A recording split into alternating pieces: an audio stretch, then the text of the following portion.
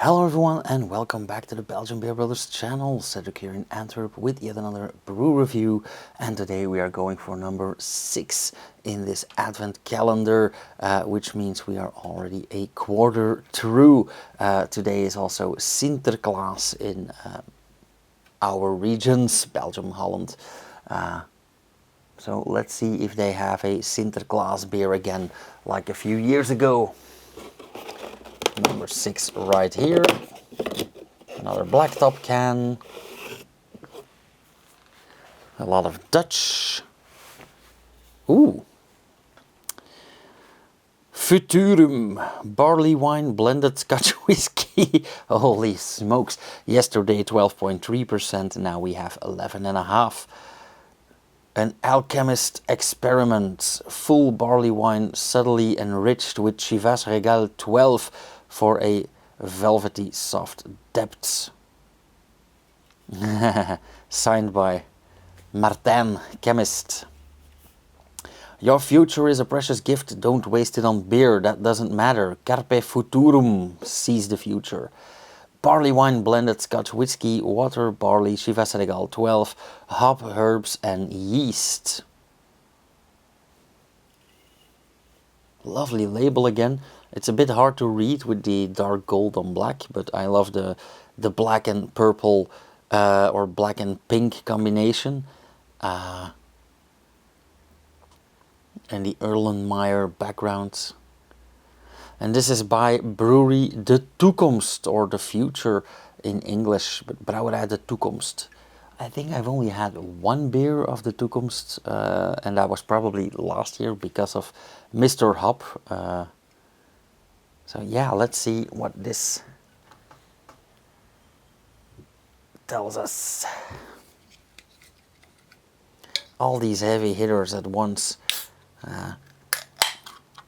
And on Untapped, I often see people that buy this advent calendar and don't have like the decency or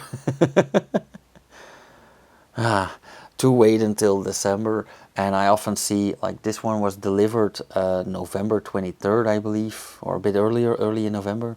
But let's say it's delivered on the 10th, and then the 11th people check in 4 or 5 beers. And if we get heavy hitters like this, 11, 12, 12.5%, whew, sheesh, how do those people do that? I can honestly say I am a brewer, a beer expert certified.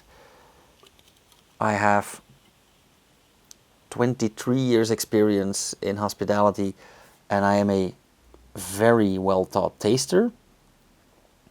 And if I get 4 of these in a day, I'm out. I'm done tasting. This looks absolutely stunning. Beautiful, dark, like brownish gold. Even some deep red in there. This is absolutely lovely. Yellow beige foam.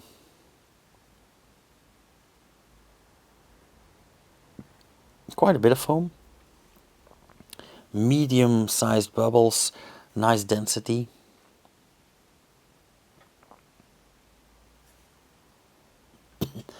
Also extremely clear, so would this be filtered? Well, it isn't infused, it's not a barrel aged, but yeah, it looks really, really nice.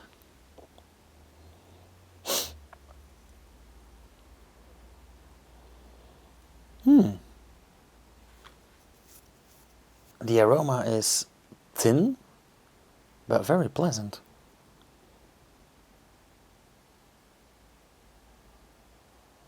I think it is a very cool choice that they used Chivas Regal,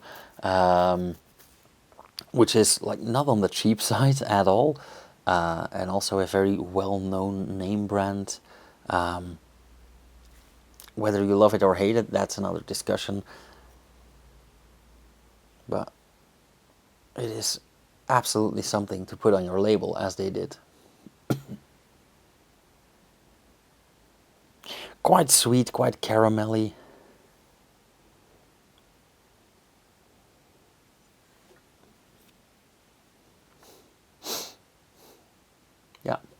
smells nice, looks beautiful. So, what will it taste like? Cheers. Oh.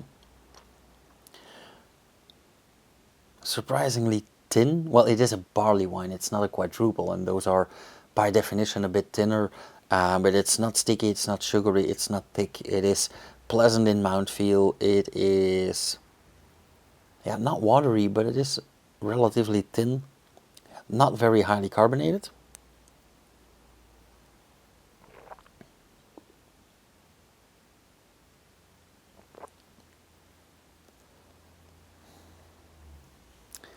Yeah, this is very nice.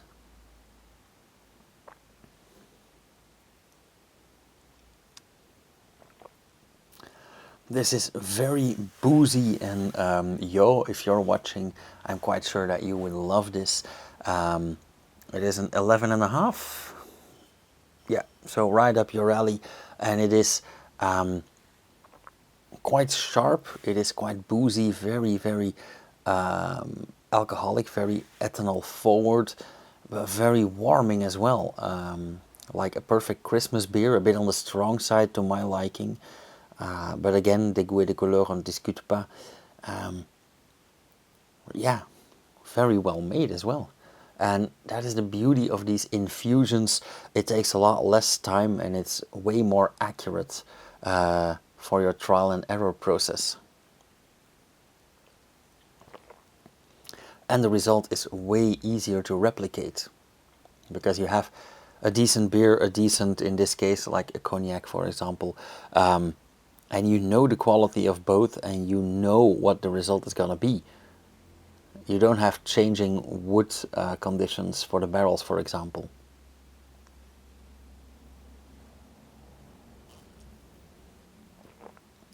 Yeah, very, very nice.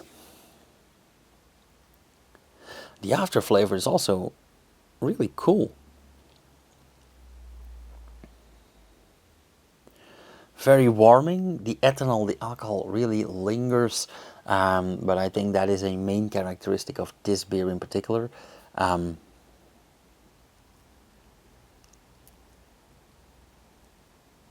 Yeah, the after flavor is like a very nice cooperation between that alcohol and that typical Chivas flavor. So the after flavor is less beer, more Chivas. Again, very warming. I think that really sums this beer up. So even though I am not the biggest fan of the flavor, but like I said, that is a personal preference. I am thinking of giving this a 375 because it's so well made. I think this is an absolutely beautiful beer.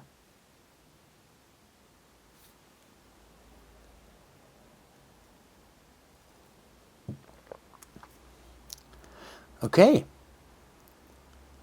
I think I'm gonna leave it at that because I have to work my way through this glass, so what a punishment, what a hard life. But I'm gonna do this on my own tempo. So if you guys like this video, leave a comment down below and hit the thumbs up. If you want to support this channel, share a video, visit the Patreon page and buy me a beer.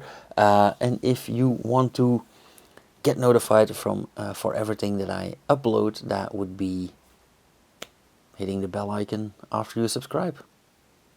See you guys tomorrow for number 7. Cheers.